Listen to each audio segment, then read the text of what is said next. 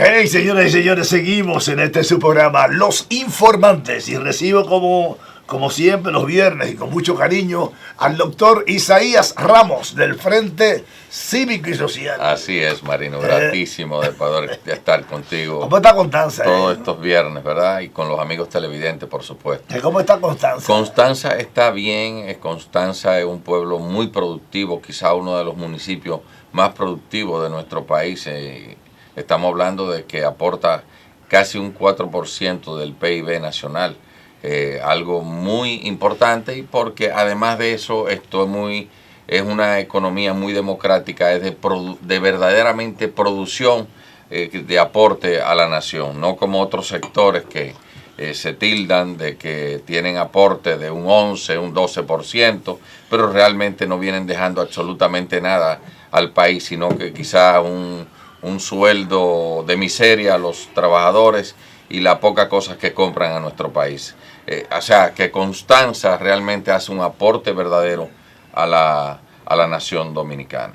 Vean, los productos de Constanza agrícola, ¿verdad? Y claro, lo compran todos los hoteles. Los hoteles, claro, los hoteles tienen un gran consumo de los productos agrícolas porque aquí les salen mucho más barato que importarlos. Pero si le salieran más costosos, pues lo importarían, porque a la verdad que aquí los centros turísticos como Punta Cana son prácticamente zonas francas que básicamente lo que dejan es el sueldo de miseria que aportan a la economía, porque todo lo demás se lo llevan para el exterior. Y claro, por supuesto, las inversiones que hacen, pero que las inversiones que hacen prácticamente son para una vez y el mantenimiento. O sea que es un bulto. Eso de la es economía. Mucho bulto y poco chocolate. Es como la zona franca, ¿verdad?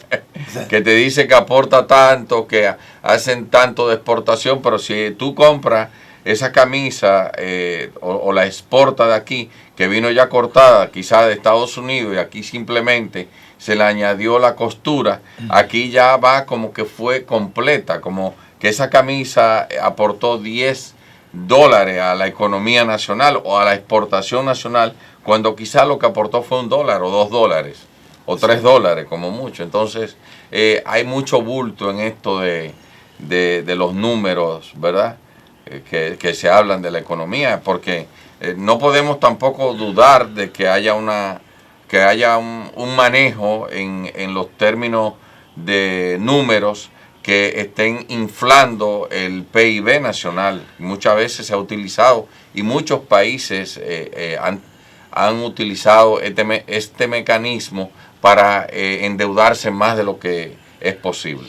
O sea, hace un monumento más. Claro, es como cuando tú vas a tomar un préstamo al banco, sí, que todo lo trata de inflar, sí, para que te den lo más posible. Entonces, pero eso no solamente, y no estoy acusando de que eso esté pasando en nuestro país, pero ha sucedido en muchos países. Inclusive hasta la misma China en un momento se tildó de que estaba inflando su PIB.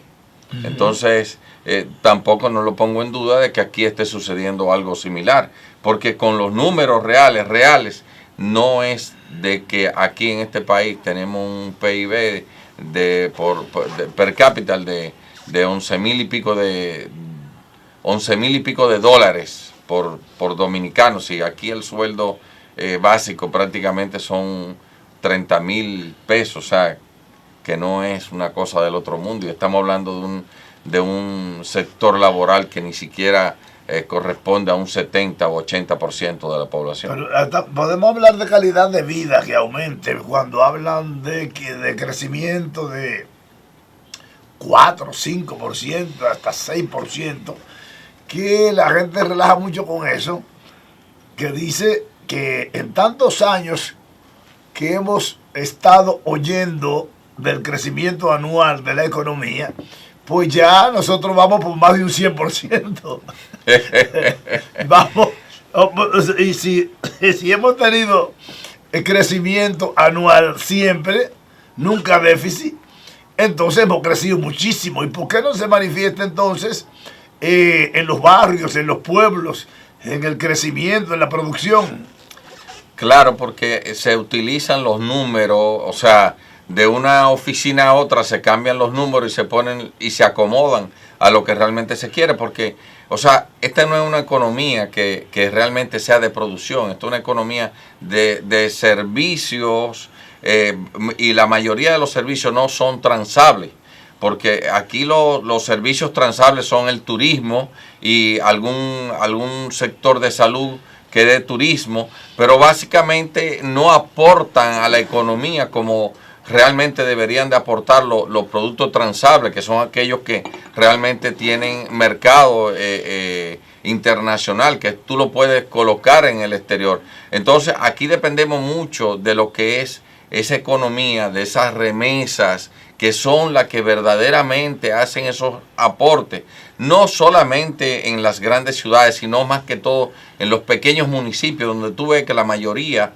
o una gran parte de su población vive en el exterior y mantienen a sus familiares y a sus amistades dentro de esa comuna para que no emigren, porque realmente estamos ante un estado que realmente dejó de impulsar lo que debía de impulsar, que era la producción, la productividad. Estamos hablando de un mecanismo, de un sistema, de un modelo neoliberal que vive de la especulación y del lucro para unos pocos en contra de las grandes mayorías. Y es lo que ha pasado en nuestro país y sigue pasando, lamentablemente. ¿Tú sabías que hay una gran cantidad de puertorriqueños que se está estableciendo en República Dominicana? Y que incluso en estos días hay unas estadísticas de casi todos los retirados de Puerto Rico están retirados en la República Dominicana. Estamos hablando de una cifra altísima, casi 40,000 personas.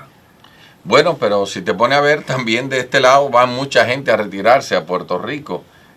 Yo tengo casos de familiares que se han ido a retirar a Puerto Rico porque se sienten más seguros allí. O sea, esto no tiene nada de extraño, porque inclusive aquí el costo de vida tiene que ser más económico que el de Puerto Rico. Entonces todo depende realmente de la circunstancias que vivan las personas para determinar dónde irse a vivir. Por ejemplo, Costa Rica, México, Portugal, son países que realmente pues la gente lo impulsa mucho a irse a vivir, porque primero tienen una seguridad ciudadana importante y tienen economía que son mucho más económicas que vivir en países de donde son origen o de donde han vivido toda su vida.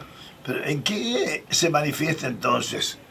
¿Cómo que se manifiesta ese crecimiento? Tenemos, por ejemplo, la mejor entrada de dinero, de divisa a la República Dominicana son las remesas de nuestros hombres y mujeres que trabajan fuera del país y que mandan ayuda a sus familiares o invierten de alguna manera en la República Dominicana. Compran casas, compran tierra, hacen inversiones. O sea que de ahí que el Estado siempre habla de recibir más de 10,000 millones de dólares, casi la mitad del presupuesto anual del país. Mira, prácticamente si fuéramos conscientes, la realidad es que el pueblo dominicano se sostiene de una manera muchísimo más democrática a través de las remesas que envían esos dominicanos que se han ido al exterior. República Dominicana sin la remesa fuera un país donde se viviría en una forma similar a la de Haití, donde habría mucha miseria y unos pocos ricos que lo tendrían todo, porque ese es el tema. O sea, son dos cosas muy distintas a lo que es el desarrollo y el crecimiento, porque pueden crecer 3 personas y desarrollarse y acumular toda la riqueza, pero dejan a la mayoría de la población sin agua potable, sin servicio de salud adecuado, sin un sistema de educación de calidad y inseguridad ciudadana y una serie de puntos que realmente de vivienda digna que son los puntos que realmente tienen que ver con el desarrollo de los pueblos, y es cuando los pueblos realmente dan ese salto hacia el primer mundo, porque mientras tanto estemos en las condiciones que estamos, seguiremos como países similares como Haití, como la India, que tú ves en la India se habla de mucho crecimiento, pero un desarrollo indignante para la humanidad. ¿Por qué?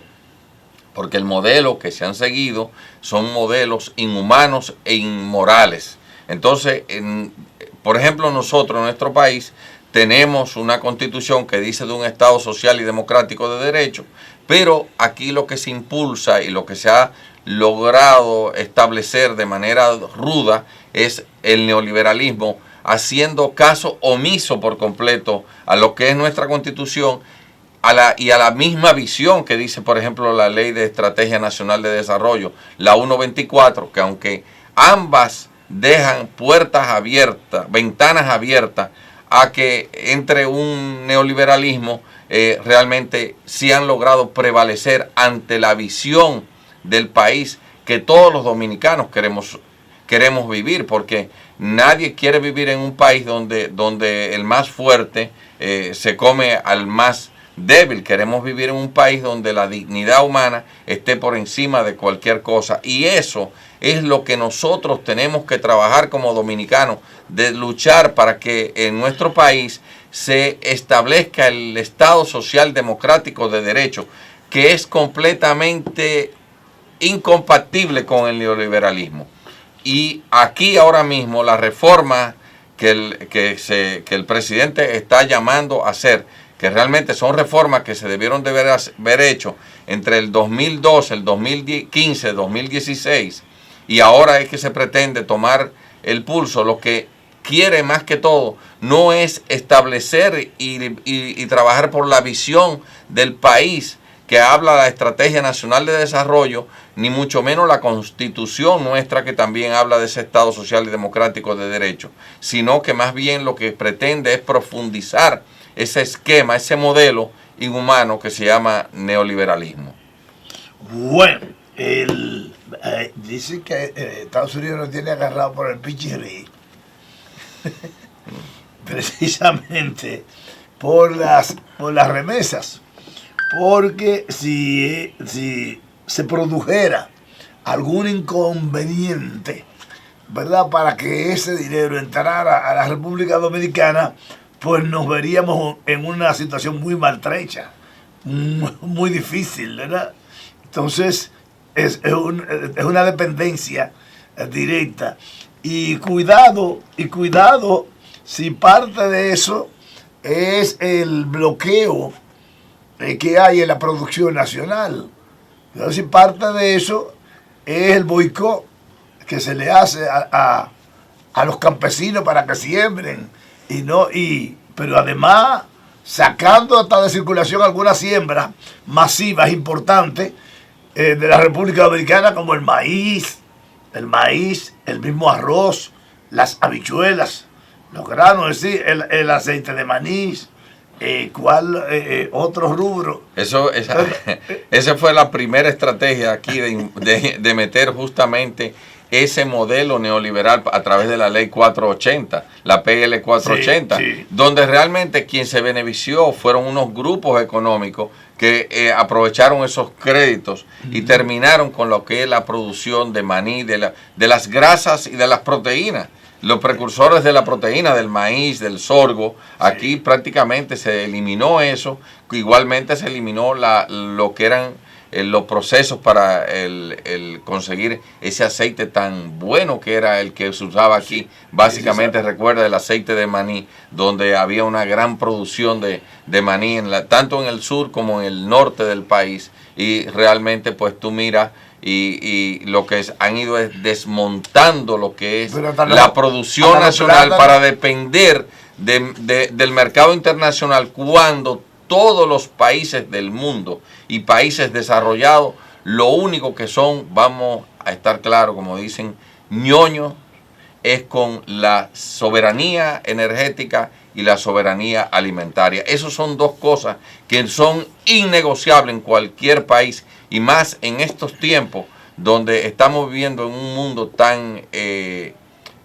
complicado, ¿verdad? Donde se pueden cerrar llaves, sí, y tú quedarte prácticamente en el aire, como el nuestro, que no tenemos petróleo y que dependemos totalmente y absolutamente del sector de energía fósil, cuando tenemos toda la oportunidad de desarrollar energía a través de las hidroeléctricas, la biomasa, como también la solar y eólica.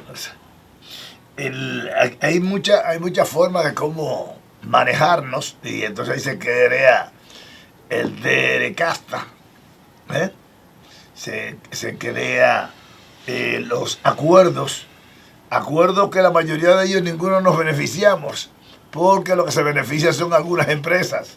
Claro. Parece que el acuerdo que hace el país es para una empresa, y lo que nosotros somos representantes de ella, ¿verdad? Y un grupito, y cerrando todo lo que es el comercio, que todavía no se habla de cómo vamos a manejar y cómo le vamos a abrir realmente, con sinceridad, a las micro, pequeñas y medianas empresas. Sabemos, por ejemplo, que hay gente manejando instituciones asociativas de las empresas. Sin embargo, lo que están trabajando en micro para ellos, no a gran escala para cubrir todo el movimiento, todo el sector empresarial, ¿verdad? Popular, como son las micro, pequeñas y medianas empresas, sino para ellos mismos beneficiarse de alguna miseria, de un empleíto, de una orden de importación, de cositas que les regalan a ciertos representantes de instituciones asociativas del comercio. Sin embargo, no hay la voluntad, las ganas de hacer que este sector progrese. No hay ningún deseo real de que este país se desarrolle y progrese. Aquí el único deseo, la única cultura que ha establecido esta clase política en nuestro país es del robo y saqueo, de ver cómo pueden realmente sacarle el mayor provecho mientras están en el Estado, a continuar robando y saqueando los bienes estatales. Y tú lo miras en todos los sectores y realmente te das cuenta que beneficio para el pueblo no hay absolutamente ninguno. El pueblo dominicano es un pueblo que realmente es un pueblo de gente, de héroes, porque sostenerse bajo un modelo como el que está actualmente en nuestro país es inhumano, y es para que todos los dominicanos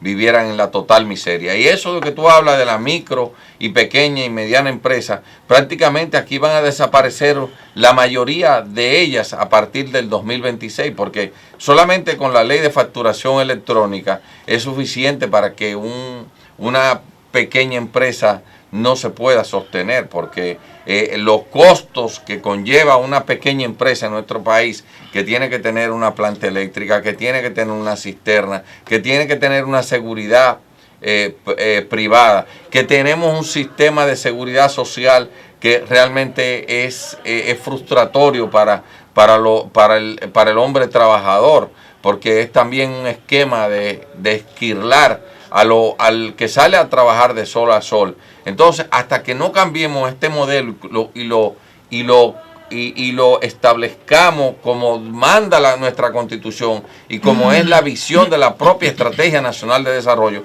por eso es que tú ves que las leyes están ahí, la Constitución está ahí, pero hacen todo lo contrario al espíritu de la Estrategia Nacional de Desarrollo y del espíritu de nuestra Constitución, de ese Estado social democrático de derecho, realmente donde se garantiza la dignidad del ser humano, como debe de ser.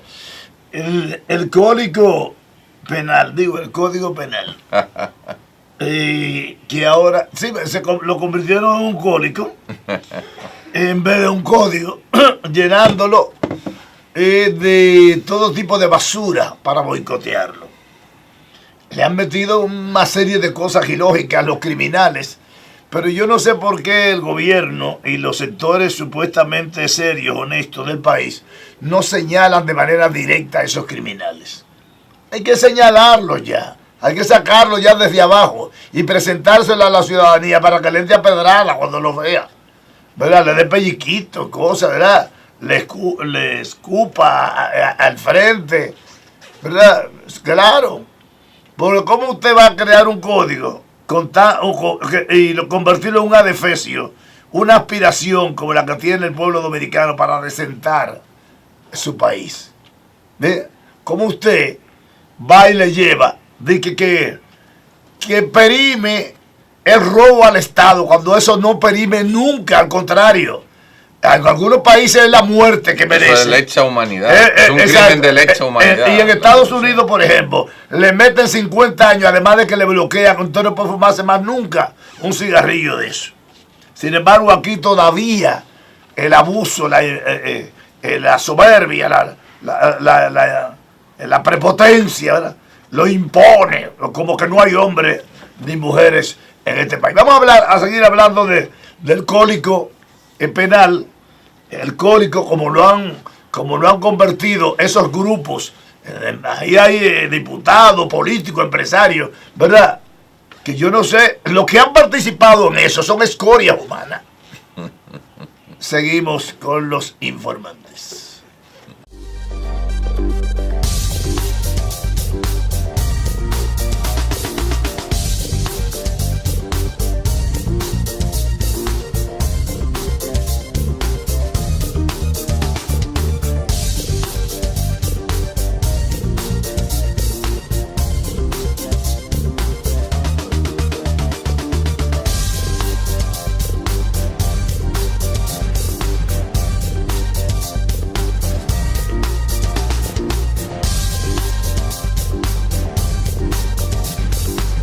Los informantes de Marino Guzmán.